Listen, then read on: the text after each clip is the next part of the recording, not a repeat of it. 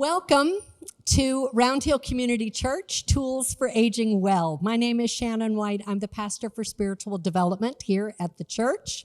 I'm going to introduce my colleague in just a moment. But I want to begin by welcoming you all and thank you that the weather did not deter you from coming. If you know of people who would like to have been here today but weren't able to for one reason or another, the panel discussion and some of the Q&A will be recorded, is being recorded, and will be up on our website next week, no later than next week. Website is roundhillcommunitychurch.org. So a huge thanks to the Round Hill Community Church staff who made this possible today. They have done a tremendous amount of legwork to do this. They are even now preparing the refreshments for you following this time. So many, many thanks. And to our Board of Trustees who knew that this was an important topic to cover and knew that there was a need to be expressed. And also to the congregants themselves who asked for this to be done. We thank you tremendously to our panelists and to all of the organizations who have come here and who are giving their time for free. Many, many, many thank you. We're fortunate to have such a vast pool of resources here in our town, and we also, there are many who were not able to come today because we didn't have the space, but that doesn't mean that we won't have them in for future times together. So as an outgrowth of this gathering, we're having what is going to be called Second Wednesdays, which you can imagine is going to be on the second Wednesday of each month. Beginning May 10th, we're going to have a meeting in our parlor, and I'm going to be bringing in different speakers to just foster some community and also continue giving information and having discussions around topics to those who are aging. So that's what the first one will be. Lori Contadino from Greenwich Commission on Aging. She was sorry she couldn't be here today due to family issues, but that will be on May 10th. Lori will be here with us to talk about resources in the town. Now I'd like to introduce the Reverend Dr. Ed Horstman, who will bring you greetings. Thank you, Shannon. I want to welcome all of you. My name is Ed Horstman. I'm the senior pastor and head of staff. It's wonderful to see all of you here. Thank you also to all of the organizations that are represented. And there's so much good that can come from an event like this, sharing of resources, the building of community, and development of hopes about what it means to age well. So I have one very simple hope. And I learned a little bit about this as I was watching an event online. So with each advancing year, my body announces to me that it has a different way of asking me to pay attention to it. And that occasionally drives me to the internet where I'm looking at information about where could that pain be coming from, or how could I resolve that pain? So a few weeks ago, I came across a person who's a physical therapist working in Florida, and he had this really great array of exercises helping me to address something that's becoming kind of annoying. And after he would show his particular video designed to help relieve whatever stress or pain was at issue, he had this little phrase, which at first I thought sounded okay, but then upon further reflection, didn't think was okay. He would say, "Don't get older, get better." And I thought, why can't we get older and better? Why can't these two things, these two energies be held together? And I think the answer to that question really lies in coming together in community ways like this so that we can help each other to grow older and get better at the same time. Flourishing life is meant to be lived across the entire span of life. We need community in order to help make that possible. So I want to thank Shannon in particular for all of the energy and vision that she has brought to this event. She has already thanked all those from within the church community who have also made it possible. And thank you to all of you, because it's as we help and support one another that we can grow older and better at the same time. Have a wonderful, wonderful event. Thank you, Shannon.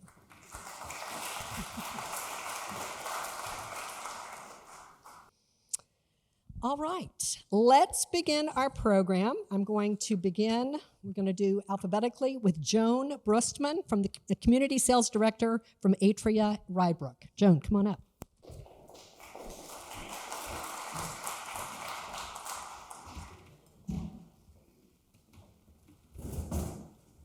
Well, thank you and welcome today.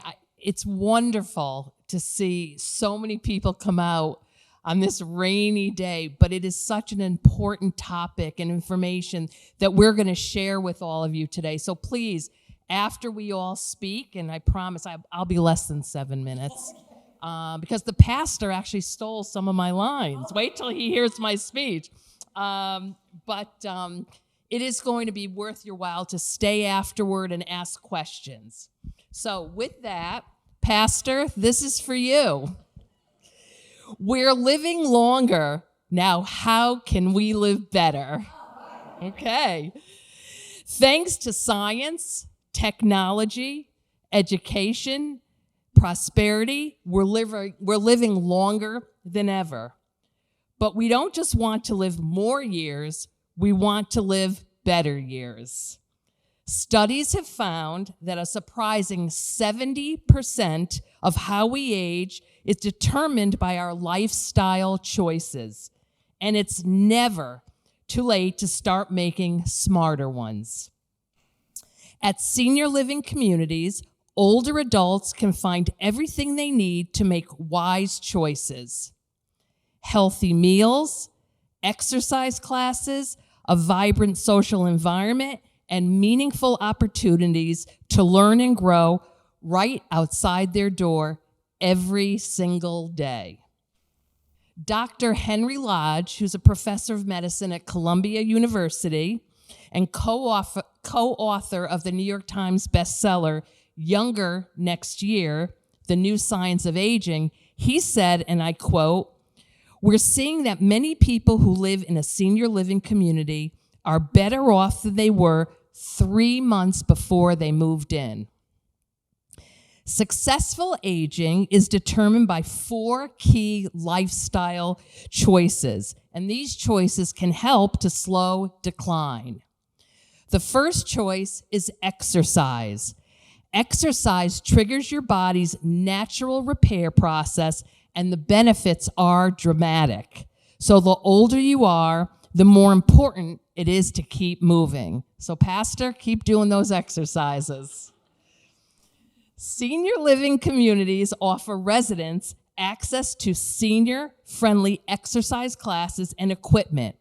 And in most cases, you have the opportunities to exercise every day.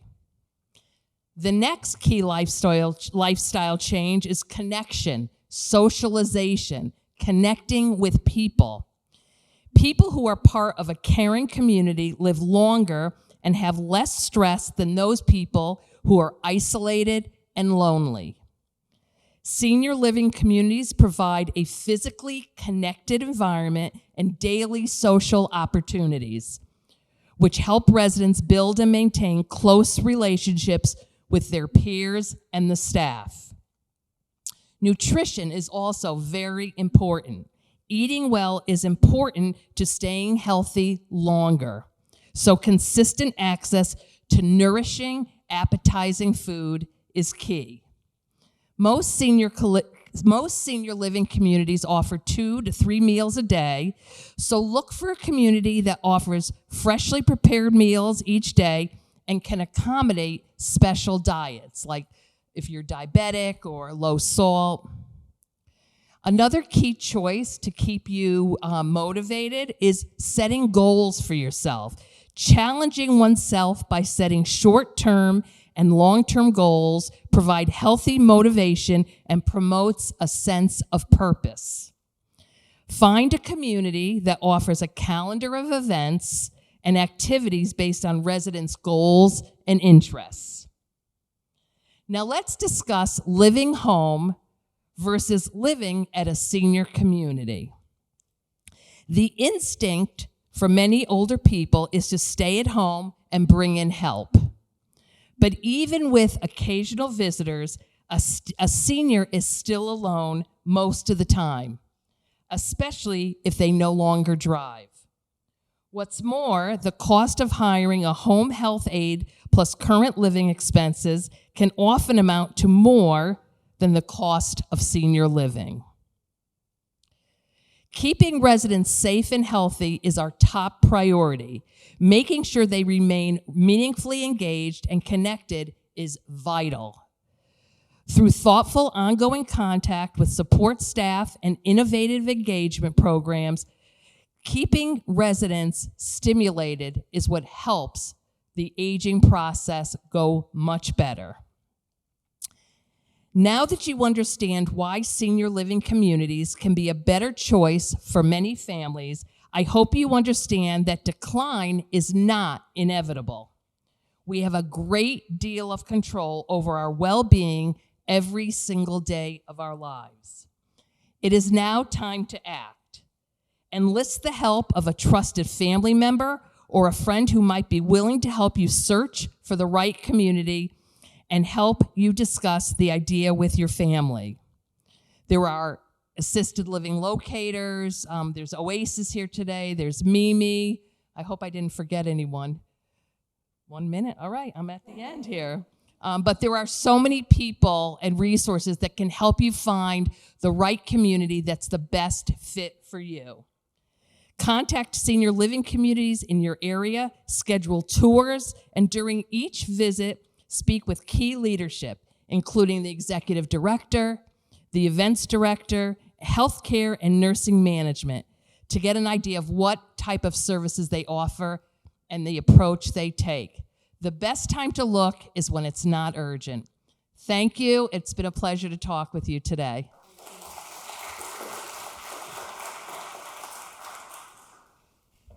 Next, we'll have Ricky Goldstein, who's an RN and a JD medical administrator of Sterling Care.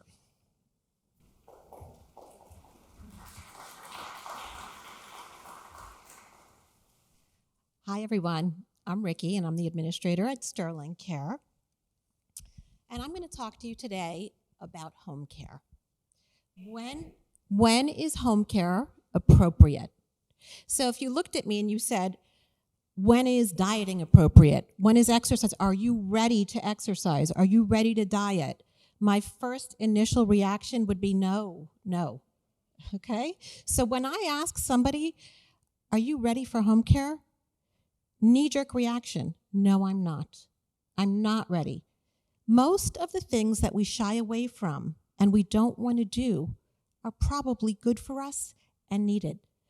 If somebody said to me, are you ready to become a mother? No, I'm not. If I waited till I was ready to become a mother, I never would have.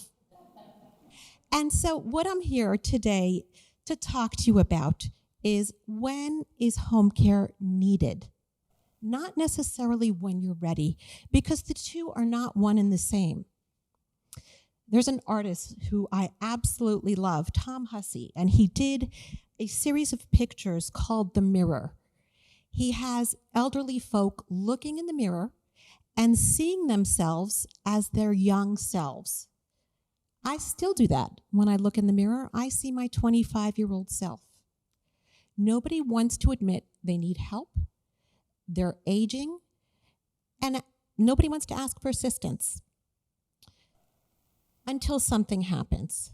So typically, Sterling Care gets most of our patients from the hospital, from facilities after rehab, and it really happens after something life-changing occurs.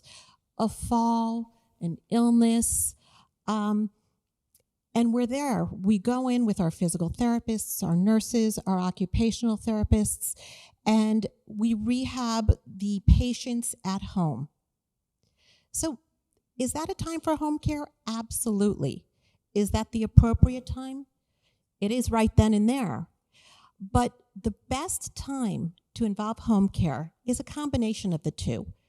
Not when you're really post-baseline, after a fall in the hospital, and not when you're healthy as a horse, somewhere between.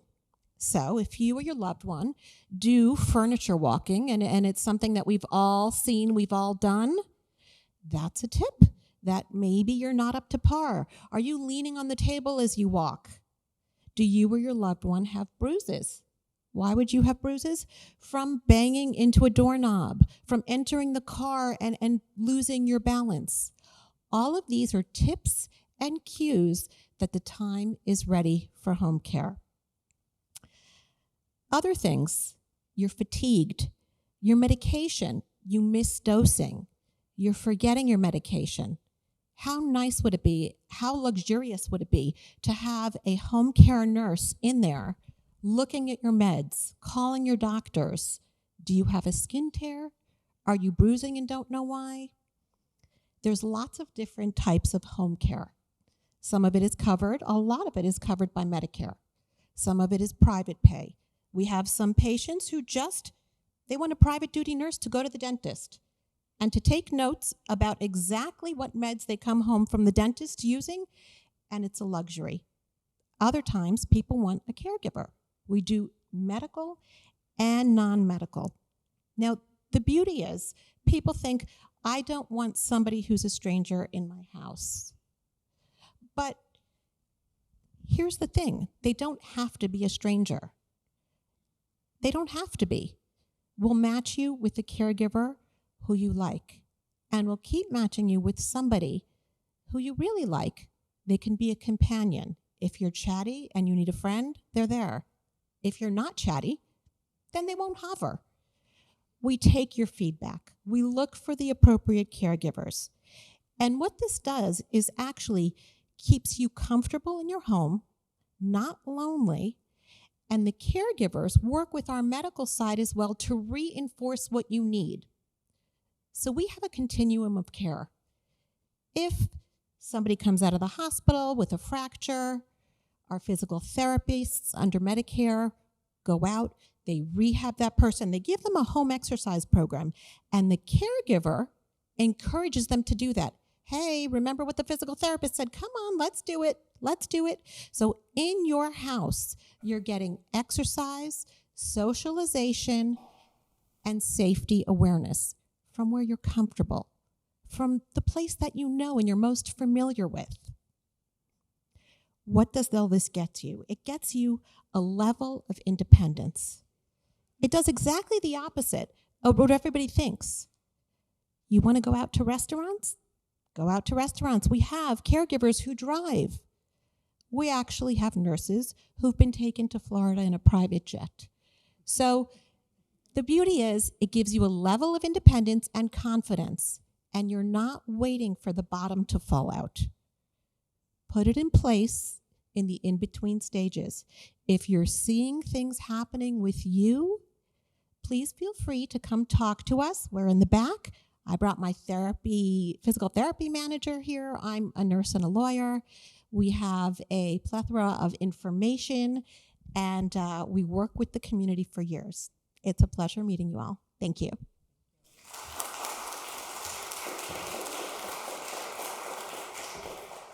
Next, Elizabeth Grant, who's a partner at Whitman, Breed, Abbott, and Morgan. So I go by Libby Grant, and Libby Grant. I'm a trust and estates lawyer. Louder? Okay. And I've been asked to talk about legal documents that you need as you age. Closer. Okay, thank you. Good, okay. So the main legal documents that you need as you grow older, and really after 18, you ought to start thinking about it, are a will or last will and testament, power of attorney, and some form of healthcare instructions or advance directive, it's called. And so the will disposes of your tangible personal property, real property. There may be a guardian. If you have children under the age of 18, you may be naming a guardian. You're naming an executor to administer your estate. If you only have a will in your plan as opposed to a will and revocable trust, then you may be creating trusts for your spouse or your children in your will. But it's a very important document. If you die without one, then your estate is disposed of according to the laws of intestacy in your state of residence, which may not be what you intend. So in addition to a will or as an alternative to a will-only plan, your you may have a will and revocable trust as part of your basic plan. So the will then is what we call a pour-over will, which means that the residuary estate, or what you own in your sole name, will be transferred over into a revocable trust at the time of your death. And the main part of your, what we call dispositive provisions, will be in your trust. So in that situation, the will might still dispose of your tangible personal property, which is, as you probably know, your household furnishings, your personal effects, can be your pets. There may be still a real estate clause, but the residuary estate will then go into your trust. And in the trust, you may have trust for your spouse, trust for your children, trust for other individuals. We generally, I'd say 95% of our clients have wills and revocable trusts as part of their estate plan. Revocable trusts are also useful if you are planning for a future incapacity, if you own property in another state and you want to avoid probate in that state, and generally for the purpose of avoiding probate in your own state, so that if your assets have been moved into your trust during your lifetime, you may be able to avoid probate and some of the documentation that entails in the probate court. You can't completely avoid the probate court because a copy of your estate tax return is filed there, and there is a statutory probate fee in Connecticut that's paid. The other documents that you should think about having are a power of attorney, and again, an advance medical directive or healthcare instructions. The power of attorney, in the power of attorney, you're naming a person or persons, and usually a backup person, to take care of your finances if you're not able to pay your bills, for example, or if you have an IRA and you're no longer able to invest it yourself, then your agent in your power of attorney, or attorney in fact is another name for the agent, can do those things for you. So it's very important to have one. You need to name someone that you trust. In Connecticut, we now have a short form and a long form power of attorney. The long form has what we call optional estate planning powers, and it enables your agent to actually change your estate plan, to set up or revoke your revocable trust, to change beneficiary designations. And so the optional estate planning powers are in the long form power of attorney. They're somewhat controversial. Not everybody wants to give their agent that type of power, but it can be useful, and it's something that would be explained to you when you're discussing it with your attorney. Then finally, the medical directive or healthcare instructions usually has living will language. So if you are in a permanent vegetative state or in a terminal condition without hope of recovery and you don't want life support systems, a living will is the document that you want, and that's usually part of the healthcare instruction document. Secondly, you're naming a healthcare representative to make medical decisions for you if you can't make them yourself, and usually a backup person. It can be multiple people. I have clients who have named all 3 children, for example. You need to name the person who would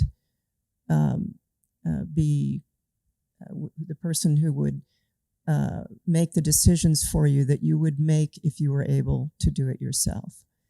And also in the healthcare instructions, you might have organ donation language, and you might also name what's called a conservator of the person as opposed to a conservator. We call it conservator, in case you get dementia and your making decisions for yourself that aren't appropriate, then a conservator can be appointed for you, and you can name that person in your power of attorney. So I think that's it for now. Thanks.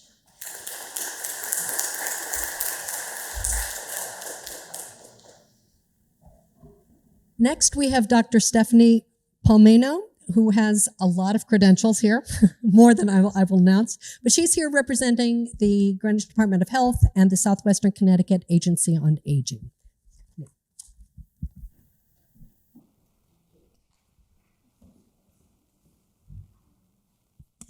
Well, it's so nice to see so many people here today. In addition to being a nurse, I'm also a gerontologist and a case manager. So everything that everybody's talking about today here fits all together. And I don't have nearly as many credentials as Steve Katz standing back there, or possibly Linda sitting over here. Okay. Well, I think probably everybody has some understanding of what dementia is. Thank you. Of what dementia is. But the point that I want to make is that dementia and Alzheimer's are not the same thing. Dementia is a symptom. There are all kinds of diseases that can give you a dementia symptom that are not Alzheimer's, but in that sort of category. It has to be differentiated also from someone who is delirious and someone who's depressed, because people who are in a state of depression or have delirium often will exhibit symptoms that will look very much like dementia. And this is a problem. I had an experience with an aunt of mine who was just shy of 100. I spoke to her almost every week, and she was sharp as a tack. And I got a call from her daughter one day saying that she had to go into the hospital, and the doctor told her she has dementia and they have to immediately put her in a nursing home. I said, she does not have dementia. You can't be not demented yesterday and demented today. It's a progressive. You can progress quickly and you can progress slowly. I said, what she in almost all certainty has is delirium. And sure enough, she did. She had an infection. She had an endocrine disorder. And she could have ended up spending the rest of her remaining years in a nursing home needlessly, because this woman was no more demented than I, although that may be changing. I sometimes wonder. Okay. Now, I wonder also how many people sitting here think that they could potentially come down with a dementing illness. How many of us are going to get that? How many people will never get that? If you have it in your family, are you more inclined to get it? Well, about 80,000 people in Connecticut have Alzheimer's disease right now. And if you were to look up how many people die of Alzheimer's, the statistic in Google will tell you that 1 out of every 3 people who dies with a dementing illness will die with an Alzheimer's disease. But I'm here to tell you that the majority of people are going to live their lives very normally. The majority of people will live their lives at home with support from programs like many of those that are sitting here at tables telling us about things. But what you observe in somebody who is under your care or under your observation, or who is your love or soulmate, is so important to making an accurate diagnosis for a dementing disease. And I'm sure you can rattle off many of them. We have Alzheimer's disease, we have Crutchfield-Jacobs, we have frontotemporal dementia, fronto and temporal on the sides. They all give you different characteristics. They give you different patterns in how they decline. Some people decline very quickly, some people decline slowly. For instance, Alzheimer's disease, somebody may be diagnosed and go anywhere from 2 to 20 years with an Alzheimer's diagnosis with a progressive dementia. Alzheimer's disease also is characterized by an early stage, a late stage, a middle stage. Some classifications add more stages than that in. But it's so important when the doctor or nurse practitioner, neurologist, PA is trying to diagnose, what you can tell them about that person is so critical. Are their symptoms emerging slowly? What are the symptoms that are emerging?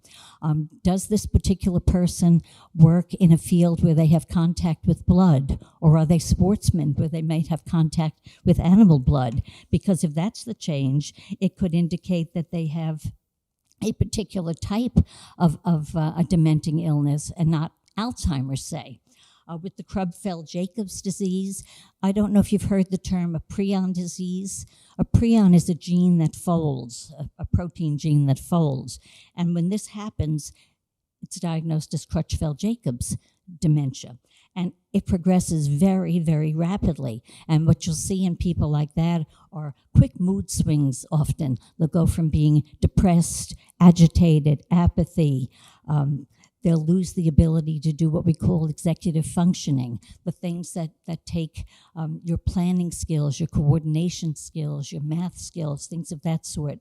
You may see changes in gait, see changes in vision, perhaps hallucinations. This particular disease, Creutzfeldt-Jakob, is rapidly fatal, unfortunately. People will often die between 8 months and 2 years, but it can be longer because there are different types of Creutzfeldt-Jacobs disease. So if you happen to have the one that's called variant, you can live longer. But again here, these diagnostic clues are so important.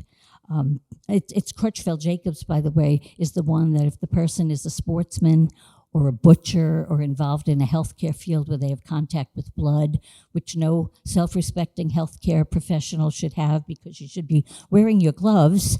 But if you're not, okay, this is one of the issues you should do. You've probably heard of Lewy body dementia.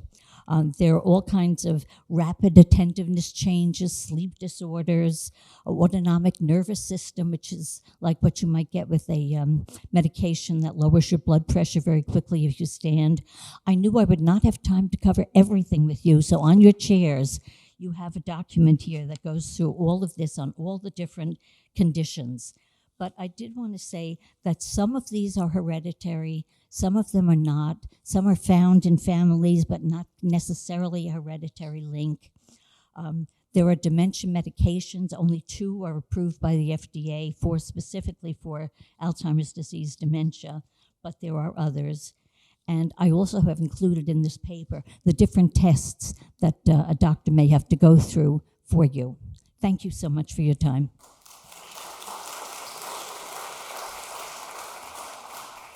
Next from River House, Donna Spellman.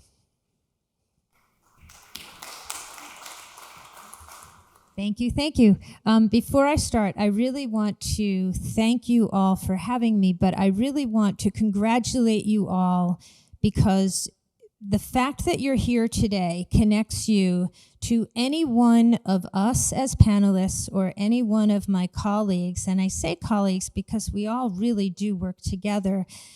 If you walk out of here and you don't remember anything particular other than, oh, there was that person from ABC agency, it's okay to reach out to that person, because even if you were to reach out to me and what I do isn't necessarily what you're looking for, I will absolutely connect you, as I know any of my colleagues will, to whoever does what it is that you're looking for. So terrific for all of you for coming out and dedicating this time.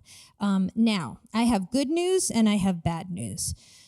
I'll give you the bad news first, because good news is always better to dwell on. The bad news is that, as my colleague Stephanie was just telling you, there's not a cure for dementia-related diseases. There's not a cure for Alzheimer's, as an example.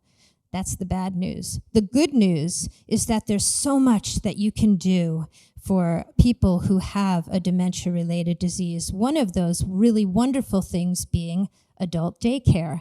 And the really good news is that your community, right there in Cos Cob on the Mianus River, there is River House Adult Day Center. And I have the greatest job ever. I get to lead River House. It's all Chuck Zubak's fault, because he was amongst the many people who hired me 9 years ago. Anyway, so what is an adult daycare center, and why might we be right for some people? And I say some people because we're not perfect for everybody. We might be a really good fit at one particular time for some people. for people who have the desire and the ability to live in their own home with their families, but need daytime care, we could be, and I say could be, a really good fit. We provide health care services. We have 2 full-time RNs. We have 4 full-time health care health aides who can assist with what's referred to as activities of daily living. That means feeding. That means assisting somebody with toileting. It means showering, personal grooming, medications, bandage changes, and so on. If you ask the people who attend River House why they attend River House, they will hands down say because they have a great day. And that's what we hope to accomplish at River House. We want everybody to have a great day, so we have a really robust therapeutic recreation program. I have to tell you that our therapeutic recreation program is led by somebody who is almost 81 years old and has more energy than anyone in this entire room, I promise you. But that's because that person is aging well and happily and is determined to share her enthusiasm for the aging process with others. So what happens at a day at River House? A day at River House includes exercise. It includes, on Fridays we have yoga. It includes gardening. It includes games that help strengthen our minds. It includes friendship. People come because they want to see their friends. It includes 2 meals plus, I was going to say a healthy afternoon snack, but ice cream and cake is definitely amongst our afternoon snacks. Well, we want to be happy, right? Anyway, the list goes on. It's a great day at River House. I tell you, honestly, that's why I have a really great job, because it's a happy, happy place. And so many of the people that you see here are the people that come to River House to make it happen. I mean, we don't do anything by ourselves. And the other piece, the other takeaway that I really want you to know is that while adult daycare might be great for some people, as I said, there are people who have lots of different pieces, and that's what I really want us all to know as we all continue to age. We might need home care in the morning, daycare for the day, maybe a little bit more home care in the evenings, or a family member might do really well in an assisted living. Sometimes the choices are so much that you just really don't know, and the people to reach out to are the people who do know, who can take you to places, people like assisted living locators or Oasis or other people who can help you find what it is that you're looking for. I love the fact that Libby's here, because I always tell every family, first step first, you really need to talk to an elder attorney. You really need to make sure that you understand. One thing that people ask us every day when they call about River House is, how much does it cost? And I'm always a little bit hesitant to answer that question. The way I answer it is, first of all, you should all know, and please spread the word, that we will never turn anybody away due to a lack of ability to pay. We're a nonprofit. We do fundraising. I'm sure you all know because we ask you for money, but we will never turn anybody away. But the truth of the matter is, first, let's figure out if we're the right place for you. And if we're the right place for you, then we put all the pieces together and we make it work. So I'm here, and I encourage you to talk to me or any of my colleagues, and thank you again for having me.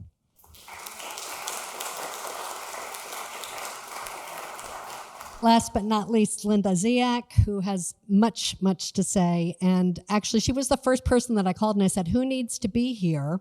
And she gave me the names of her colleagues, including all of these folks who are out here at tables. So thank you, Linda. Thank you all for being here today, and thank you to my colleagues. Great information. One of the things that I want to make sure that everyone does have a chance to go to the tables, because there's a lot of valuable information there. I've been in the healthcare and mental health field for 48 years, and I founded my company 32 years ago. And one of the things that I have found true throughout all of that time is that medical issues arise when we least expect it. So one of the things I want to encourage you all to do is gather the information and be proactive and start to set up a plan now. And one of the things I think is really important to have is a go bag. And I don't know how many people have a go bag, but a go bag is really important to put needed things in. It may be because you have a gas leak, it may be that there's an approaching hurricane, or it may be that you're on your way to the emergency department. So do this ahead of time. I've used this many times, and Stephanie and I both have clients that we've had as we've called 911, grab the bag. So after the bag, one of the most important things to have in the bag is a binder with your medical and legal information. This information needs to be available when the 911 arrives. And I can share with you, there was one day that I stopped to visit my mother, and I walked in on her having a stroke, which you can imagine was very upsetting for both her and myself. But fortunately, both she and I had put the go bag together. As Libby had discussed, we had put all the advanced directives in place. I was the power of attorney. I had all the healthcare decision-making ability. So when 911 arrived, I handed them the binder. They looked in, and they had all of her medical information available there and knew that I was the person who made the decisions. When we got to the emergency room, I handed the binder to the professionals there, and they began emergency treatment immediately. And as a result, my mother, along with rehab, was able to fully recover from her stroke. So it's really important that people take the steps ahead of time, because believe me, I do this for a living, and when I walked in on the stroke, it's very unnerving for anyone who's dealt with something like that. So as persons in the emergency department, you really need to have an advocate for yourself. It can be family, it can be a friend, it can be a professional advocate such as myself, because there's so much information and so many people walking in and out, you can't keep track of everything that's going on. So in this go bag, you also want to have a notebook and a pen, and you want the advocate to have that, jotting down all the information that you need. When you're in the emergency department, somebody's going to come to you and either say, you're being discharged and you can go home. You need to ask a lot of questions about why you were there and what you need to do next. The other option is they're going to say, we're admitting you. And unfortunately, most people think admitting you means you're going to have an admission. But that's not necessarily the case.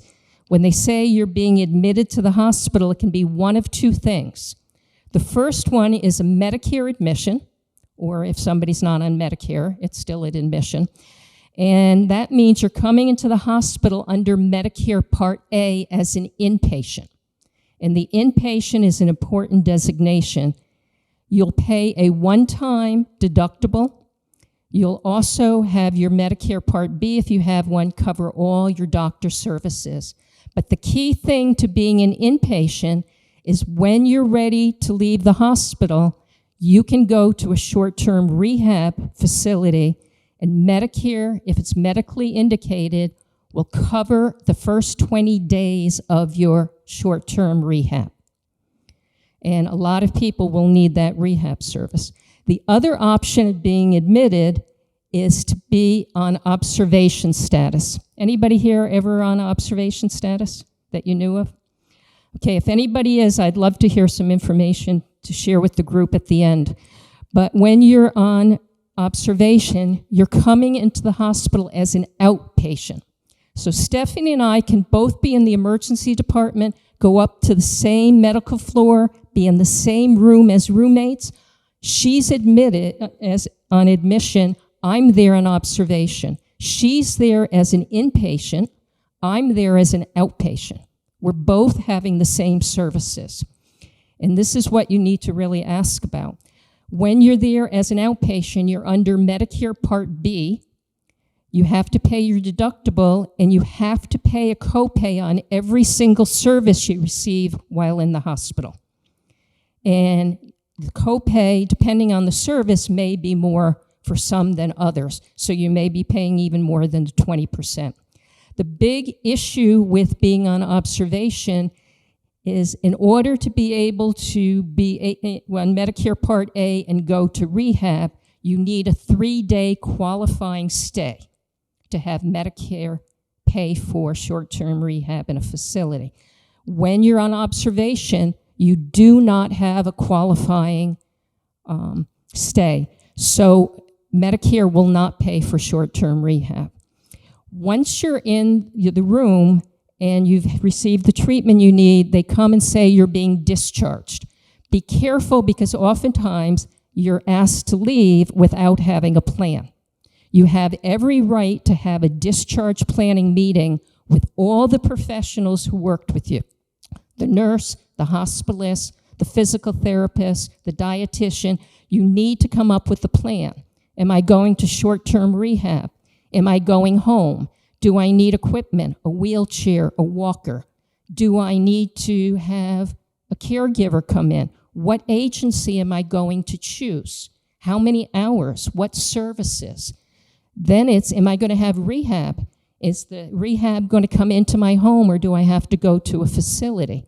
The problem is, nowadays in hospitals, you're being asked to come up with all that information.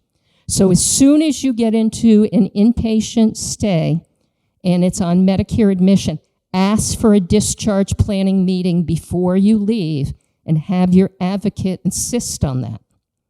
One of the things also that I was going to make available to people, I have all brochures on the information I was just discussing, but hopefully people know about the File of Life, which you can get from GEMS, Greenwich Emergency Medical Services. This is a place to also put your medical information. There's a magnet on the back. You put it on your refrigerator. The EMS and police know to go there to look for that information. I suggest that you make a copy of this information, you give it to loved ones so that they have that available, and also put one of these File of Lives in your glove compartment if you're driving next to your registration, because it's the first place that police and EMS look for identifying information. The sooner they get this information, the sooner they're able to take the steps to help the person get better. Thank you very much. Really great information, everybody.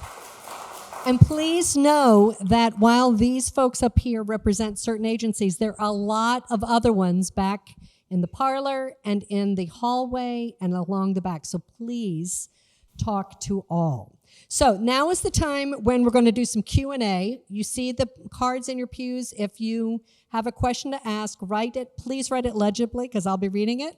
I have a couple that we actually gave our congregation an opportunity to write down a couple before.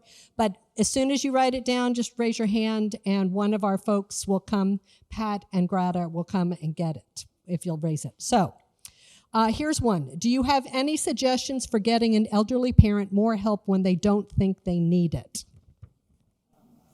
This is asked from a loving son or daughter. Yep, here, you talk right in the mic.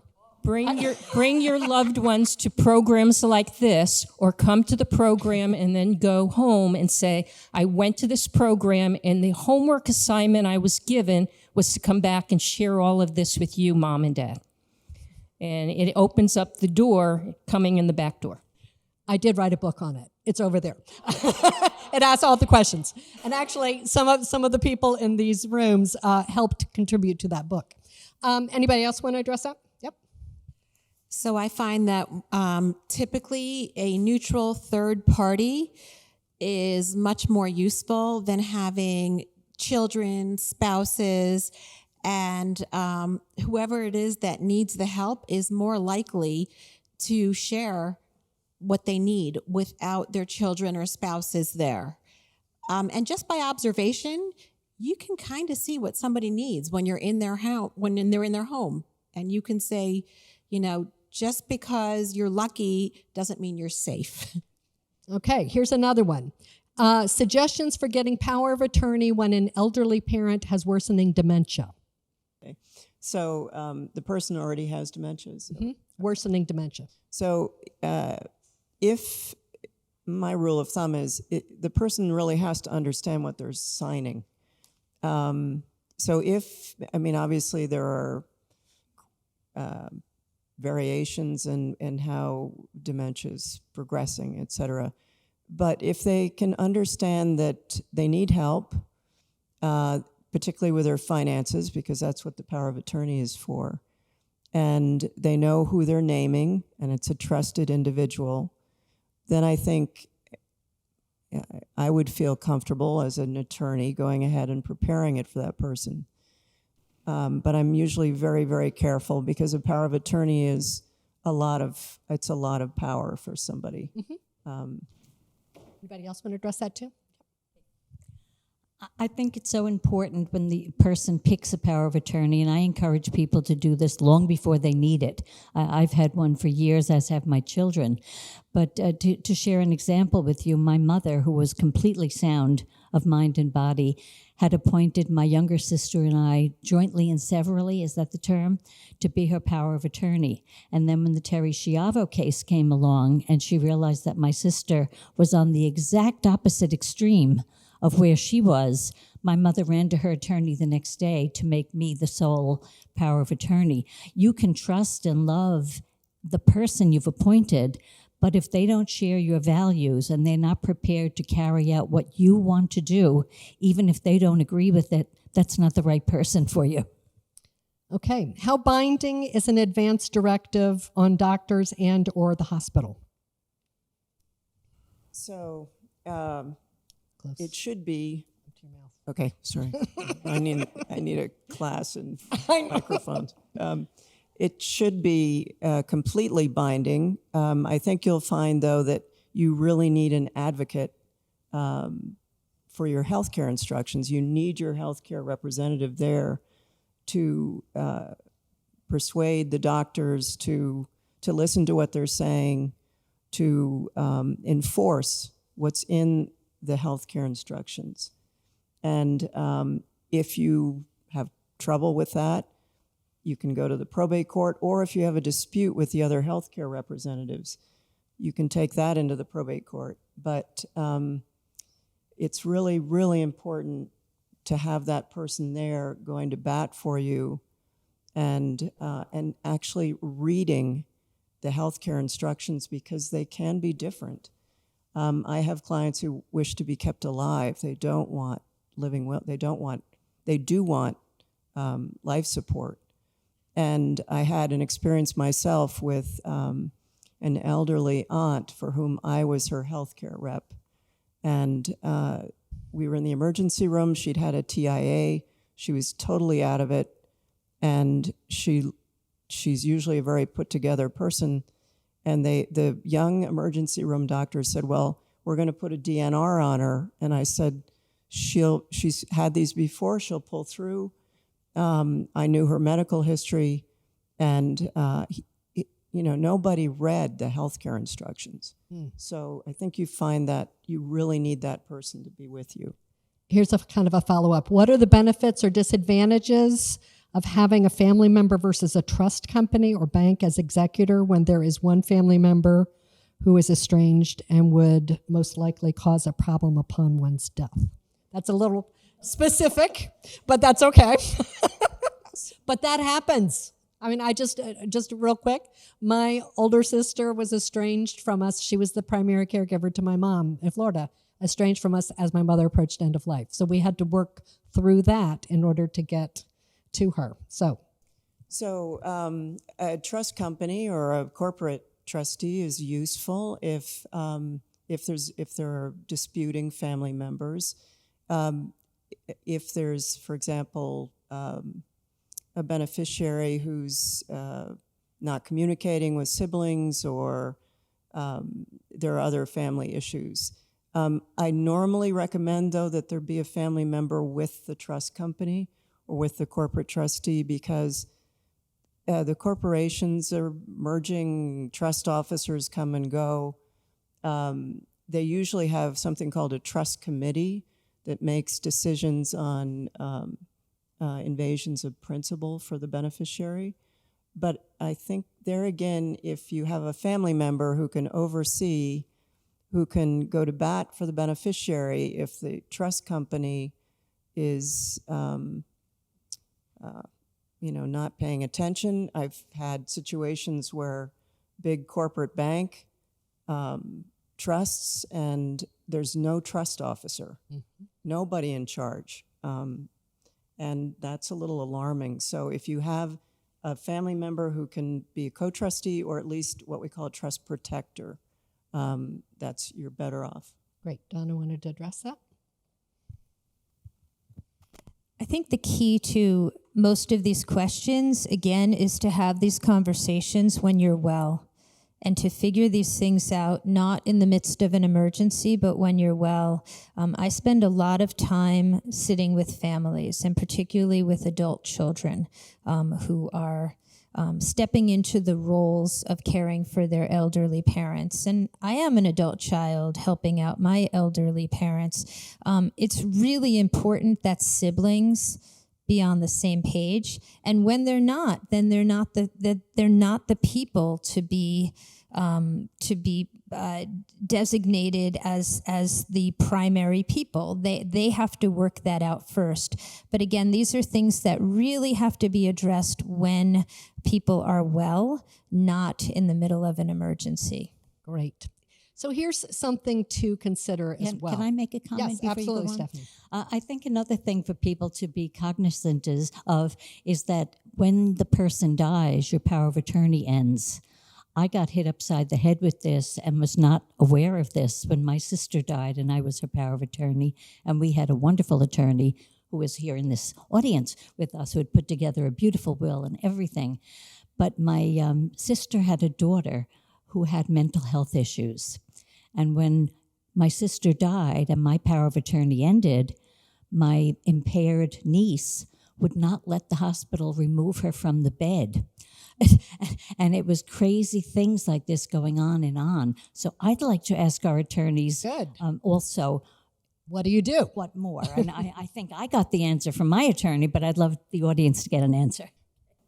So one thing you can do is, in addition to the power of attorney, I was talking about having a revocable trust, a revocable trust. That is actually a protection for your elderly parent or for yourself. Because if you have put your assets, so say you have an elderly mother with a house and bank accounts and investment account, et cetera, if those assets are put into her trust, maybe she's the initial trustee, but as she gets older and maybe begins to lose it a little bit, the person she's designated as the backup trustee can take over and can look after the assets for her, can administer the estate. And the good news is there's continuity, so that unlike a power of attorney, which ends when you die, if your assets are already in your revocable trust at the time of your death, then your backup trustee, if he or she is not already the trustee, can step in within a matter of a couple of days and continue to look after things. So that would be one suggestion I have. Okay, what happens to a widow as she ages and has a reversed mortgage and very limited funds? So this is, for financial issues when the spouse dies for the remaining partner. What kind of resources are there? What help is there?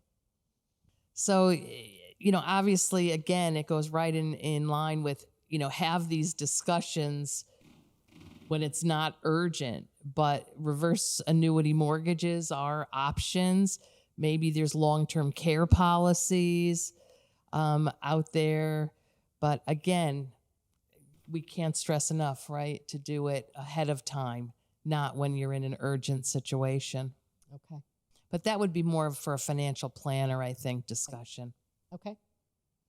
A couple of things about here's in the go bag. So Linda, you may want to talk about this. What are do you need to have copies of medical cards, legal docs, all that in the go bag? And there was something else here. What else goes in the go bag? Yes, in the go bag, you want to have, you might want to have clothes, snack, water bottle, Definitely bring information of all your friends and family and their phone numbers.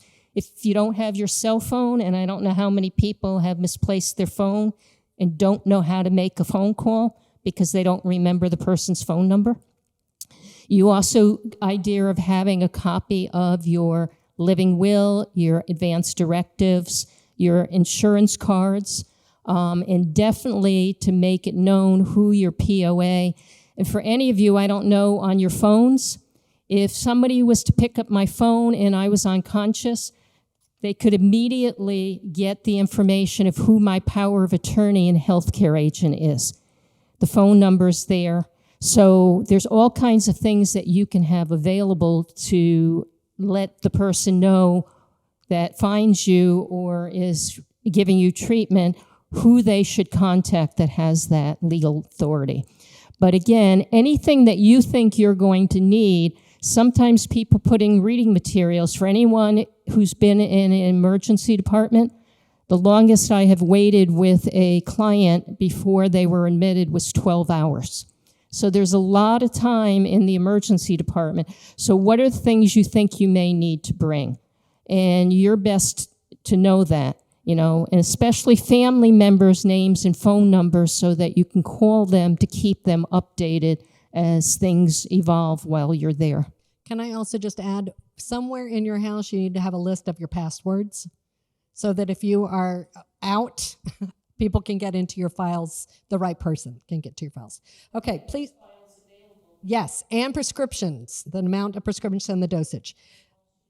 Yep, okay. Please speak a bit more about how assisted living locators works. How does the tool work, and what are the top 5 questions to consider when comparing assisted living or senior living facilities? So first of all, there are many resources that you can utilize. Some are here. Right. Well, that's exactly what I was going to say. So there are a number of resources here, but you have people that you can call who this is their specialty. I know here in the room we have Mimi Santry, who's Assisted Living Locators. We have the Doyles, which is Oasis. Is there any other? Sterling, right? Hildy Scheinbaum at Sterling. So there are different resources that you can utilize, and calling any one of us, we can refer you. In terms of whether you want an assisted living and what are some of the top questions that you should ask, first of all, in my mind, the key is, do you have a long-term care policy? And that will determine, which communities work for you the best. You need to understand what your parent, it could be a brother, it could be a sister, a grandmother that you're helping, an aunt or an uncle, what are their care needs? And those are key items to know so that when you do tour a community, you can make sure the community has the care on site to meet the needs of the individual.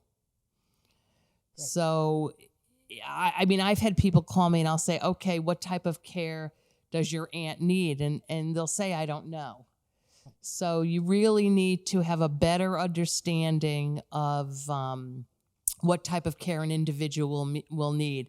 And companies like Assisted Living Locators and Oasis and Sterling can help you with understanding what the best locations are for your individual. Many people move to senior communities not just because they need care, because they're lonely. They feel isolated. They've lost a spouse and they're sitting home, and the spouse used to do all of the driving and they don't drive anymore, and they just want to be with people. So there are different levels of communities that are out there. So just because someone doesn't need help with bathing or dressing doesn't mean they don't need a community lifestyle. I talked about we're living longer. How do we live better? And that's by, making sure that you are connecting with people and you're exercising and you're eating nutritious meals and you have a sense of purpose. So it's not just that you need help with bathing or dressing or the ADLs, the activities of daily living. It's you want to be with people, or you want to move because you want to be closer to a child. You may be living on Long Island, or you may be living in Florida, and it's time you want to be closer to your family in Greenwich or Westchester. So there's many different reasons. All right, keep it tight because we've got a couple of more questions. Go ahead. Very briefly, Sterling Care did open up a senior placement center, because what we were finding is that sometimes our patients did get to the point that we thought they needed to be placed in a facility. And so we have a nurse, an RN, who is familiar with the patient's acuity, their diseases, what medications they take, what their needs are. And she's also really familiar with a lot of the facilities. So even though some of them, they're beautiful, they have fantastic socialization, one of the main things that is super important is, can that facility provide for your level of acuity, for your illness? And a nurse's perspective is crucial. Yeah. Thank you. Good questions. Yep. Mm-hmm. I think what we're talking about here really is care planning. And care planning takes many different levels. And I think many people who contact those of us who work in care management want to plan, but don't necessarily understand that there has to be a big assessment before you can develop a plan. You can't develop a comprehensive plan if you don't know all the particulars behind the person's needs, their resources, what they want as opposed to what they need. The assessment is a critical part of the care planning process. All right, so this question is a follow-up. For extended care facilities, what is the cost of entry and annual cost? I know it ranges, right? So a general. I mean, that's a tough question to answer because most of them are for-profit. They're Right. not for-profit. So I would say to you, you have to call each different, and we like to call them communities, not facilities. Okay. Because, again, people go to these communities for many different reasons, but you'd have to call each community to see what the pricing would be. I'm going to weigh in as somebody who's not part of one of the communities, but somebody who gets asked this question all the time. And I'm going to throw it right back to the specialists like assisted living locators, Oasis senior advisors. These are the things that you don't have to call each community. You really don't have to do that, nor should you. Because you'll sit down, you're thinking about it, you're care planning, as Stephanie said. And if you were to come to River House, we have everybody's brochures. But you know what? Before we'd even hand you a brochure, I'd hand you 2 brochures. One for Oasis, one for Mimi, and so on. And they would go through with you and ask you the right questions to help you identify what is it that you're looking for. What are your needs? One for Sterling. Excuse me, I'm sorry. I didn't mean to leave you out. But you don't have to. None of us are the specialists. If that's not our thing, it would be irresponsible of me to tell you what's right for you, but it would be very responsible for me to connect you with the people who know. So again, if you really want to get this information, rather than calling each place, talk to the people who are the specialists, who go around and have met each place and in each professional, and they can help you get to the place that you need to be. And that is a great segue to send you back to the tables and for food. And someone did ask, all the presenters and panelists were knowledgeable and articulate. Are they available to answer questions at a later time? Yes. You can ask them. They'll be around here. Some of them may be at tables. Some of them may be. So let's give them a big round of applause.